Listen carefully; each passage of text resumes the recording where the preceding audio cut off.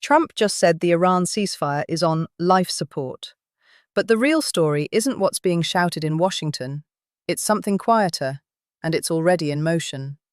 For weeks, every major news network has been focused on missile counts, intercept rates, and Iron Dome stats.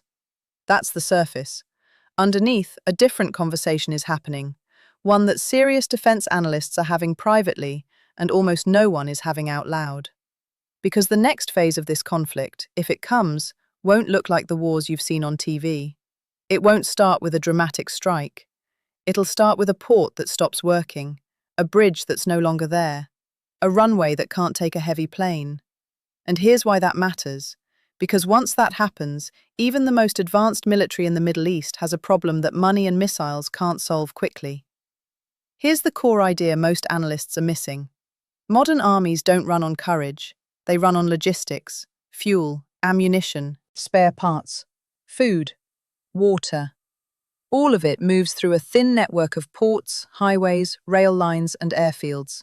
Hit those, and the most powerful army on Earth becomes immobile in days, not weeks. That's the real strategic question right now. Not, can Iran's missiles get through? The question is, what happens if Iran stops aiming at military bases and starts aiming at the things that keep those bases supplied? Let me walk you through what that actually means. But here's the part that changes everything. This isn't a theory pulled from a think tank paper. This is pattern recognition. Because if you look at how Iranian missile strikes have been distributed across recent months, something interesting shows up. According to public reporting from Reuters and the Institute for the Study of War, Iranian strikes haven't been random. They've been probing. Each volley appears to test something: radar coverage, response time, defensive gaps. That's not desperation. That's intelligence gathering. Every missile is doing two jobs at once: a weapon and a data collector. And that pattern tells you something important about what Tehran might be preparing for, not what it's doing now. Now here's where the math gets serious. Israel has three main ports that handle external military supply: Haifa in the north, Ashdod on the central coast, and Eilat on the Red Sea. These aren't just commercial hubs. They're how heavy ammunition, fuel, and bulk equipment physically enter the country. You can't airlift that volume, not at the scale a modern military needs. One container ship moves more cargo than dozens of C-17 flights. So if those ports go down, even partially, the math of sustained operations changes fast. Now this is where it gets interesting. You don't need to sink ships to shut down a port. That's a Hollywood image. In reality, you target the equipment that moves cargo from ship to shore.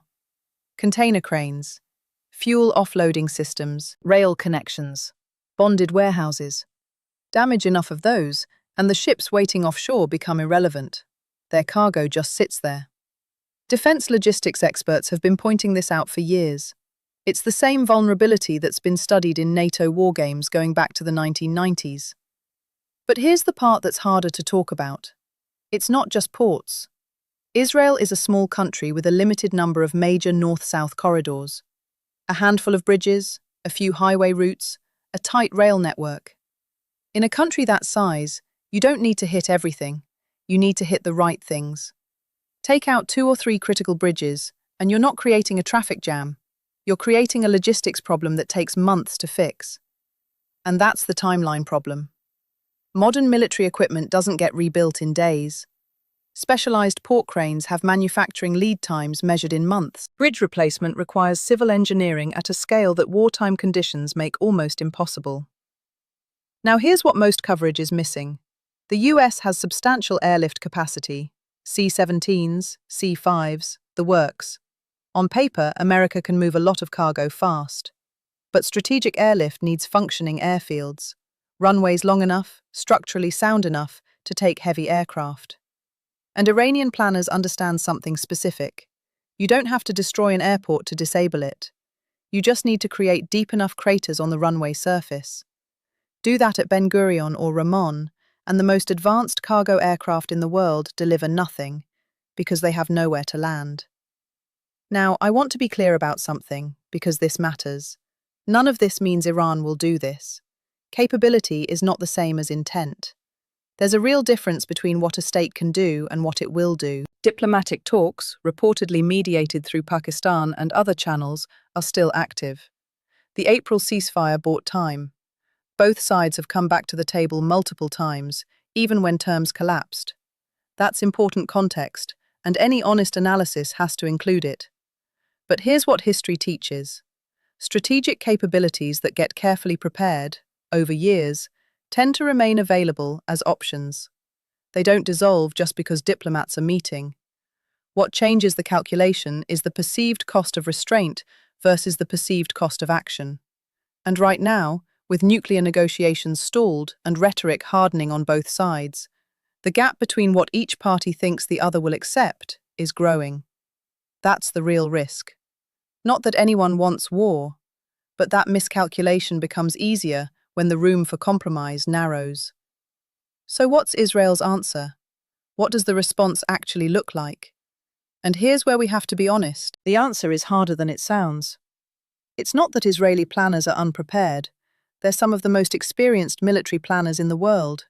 The challenge is structural. A small country, limited ports, limited corridors, a forward-deployed military that consumes fuel and ammunition at industrial rates. These aren't planning failures, they're geographic realities. You can build more interceptors, you can stockpile more ammunition, but you can't easily change the geography of a country, and you can't quickly rebuild the kind of infrastructure that a sustained precision campaign could damage. Now zoom out, because this matters far beyond the region. If supply lines into Israel come under pressure, oil markets react first. Insurance premiums on Gulf shipping spike. Container freight rates rise. Global supply chains that were just starting to recover from earlier disruptions take another hit. Goldman Sachs and JP Morgan have both flagged Middle East logistics risk in recent client notes. This isn't just a regional story, it's a global market story, an inflation story, and ultimately a story about how fragile international trade routes really are. So what happens from here? A few scenarios are on the table. 1. Talks restart and a more durable ceasefire holds. That's the path everyone publicly wants. It buys time, even if it doesn't solve the underlying tension. 2. Talks stall, and the conflict freezes in a kind of cold standoff. Missile exchanges remain limited, both sides reset. 3. And this is the scenario analysts watch most carefully, a miscalculation. A strike that crosses a line no one expected. A retaliation that doesn't stop at the usual threshold. In that third scenario, the logistics vulnerabilities we've been talking about become very relevant, very fast. But here's the part almost no one is saying out loud. The window for serious strategic adjustment is now, not after a crisis. The kind of infrastructure resilience that would matter, diversified supply routes, hardened logistics nodes, alternative resupply pathways, takes years to build. You don't get to start construction during a conflict. That's why this conversation matters even if nothing dramatic happens this month. Because the decisions made in the next 12 months will shape what options exist if and when the pressure returns. There's one more piece that ties this together. As of mid-May, Iran has publicly said it hasn't agreed on uranium enrichment terms with the United States. Negotiations remain stuck. Trump has used escalatory language. Iranian officials have responded in kind. That rhetoric isn't the danger by itself. The danger is what it signals, that the off-ramp is getting narrower. And when off-ramps narrow, prepared capabilities become more tempting to use. So here's the takeaway. The headlines you're seeing focus on missiles and intercepts. That's the visible layer. Underneath, the more important story is about logistics, about the quiet infrastructure that keeps modern militaries functioning and the vulnerabilities that careful planning over many years can create. That's not a doomsday prediction, it's a structural observation. Capabilities exist. Whether they get used depends on choices, calculations, and a diplomatic track that is, right now, fragile. Pay attention to the quiet signals, port activity, shipping insurance rates, infrastructure announcements. Those are often where the real story breaks before it reaches the news cycle. If you found this analysis useful, hit subscribe. We break down geopolitical stories with the depth they actually deserve, without the noise. And drop a comment. Do you think this ceasefire holds, or do you think we're heading into a longer-term standoff?